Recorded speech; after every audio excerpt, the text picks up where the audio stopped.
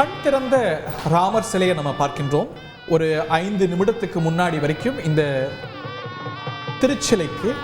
திருச்சிலையாக அப்பொழுது இருந்தது. இப்பொழுது தெய்வ திருமேனியாக பிராண பிரதிஷ்டையின் மூலமாக மாறி இருக்கிறது என்பது ஐதீகம்.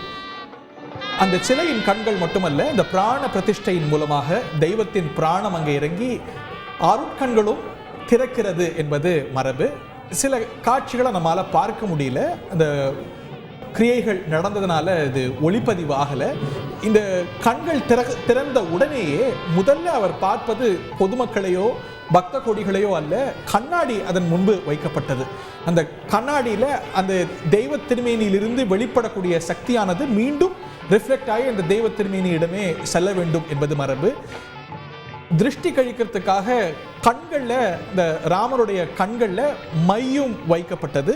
அந்த நிகழ்வும் கூட நம்ம ஒளிப்பதிவு சாதனங்கள் பதிவு செய்யலை என்றாலும் கூட அது இந்த நிகழ்வுடைய சக்ஷு உண்மீலன் என்கிறார்கள். சக்ஷு என்றால் கண்கள் தரப்பு நிகழ்வின் போது, இந்த பிராண பிரதிஷ்டையின் மையமான நிகழ்வின் போது அருட்கண்கள் திறந்ததாக கருதப்படக்கூடிய அந்த பிராண பிரதிஷ்டை வைபவத்தின் போது நடைபெற்றது. பூஜையின் போது கூட உபச்சாரம் பண்ணும்போது தெய்வ திருமேனிக்கு ஷோடச உபச்சாரம் எல்லாம் பண்ணும்போது கண்ணாடி காட்டுவோம்.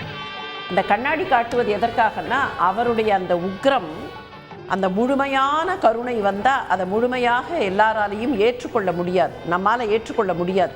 அந்த அளவுக்கு நமக்கு சக்தி கிடையாது. அதனால் அந்த கண்ணாடி வழியாக அவருக்கே அது திரும்ப போகும், அவரிடத்திலிருந்து கொஞ்சம் கொஞ்சமாக நமக்கு கொடுப்பார்னு. அதனால தான் அந்த கண்ணாடி உபச்சாரம் செய்வது. ஆண்டாள் கூட பாடும்போது உக்கமும் தட்டொளியும் தந்து அப்படின்னு கேட்பது அந்த ஐதீகம்தான். அந்த கண்ணாடி காட்டப்பட்டது. அதற்கு பின்னர் அந்த கண்களுக்கு குளுமையாக அஞ்சனம் தீட்டி அந்த மை விழி வழியாக பார்க்க வேண்டும் அப்படின்னு அஞ்சனம் தீட்டினார்கள். இதெல்லாம் பிராணப்பிரதிஷ்டை நிகழும்போது நிகழக்கூடிய வரிசையான கிரியைகள். அந்த கிரியைகள்லாம் இங்கே நிறைவேற்றப்பட்டு அதுக்கு பின்னர் தான் பாரத பிரதமர் உலக அமைதிக்காக நம்ம பார்த்தோம், அவர் அந்த மந்திரங்களை சொல்லுவதை பார்த்தோம். நமக்கு அந்த மந்திரங்கள் இங்கே கேட்கலைன்னா கூட அவர் வாயசைத்து அந்த மந்திரங்களை சொல்லுவதை பார்த்தோம். உலக அமைதிக்கான மந்திரங்களை எல்லாம் சொல்லி இப்படியெல்லாம் இருக்க வேண்டும் என்று ஒரு விண்ணப்பத்தை வைத்து பூஜை செய்கிறார். செய்திகளை உடனுக்குடன் தெரிந்து கொள்ள உடனே சப்ஸ்கிரைப் பண்ணுங்க.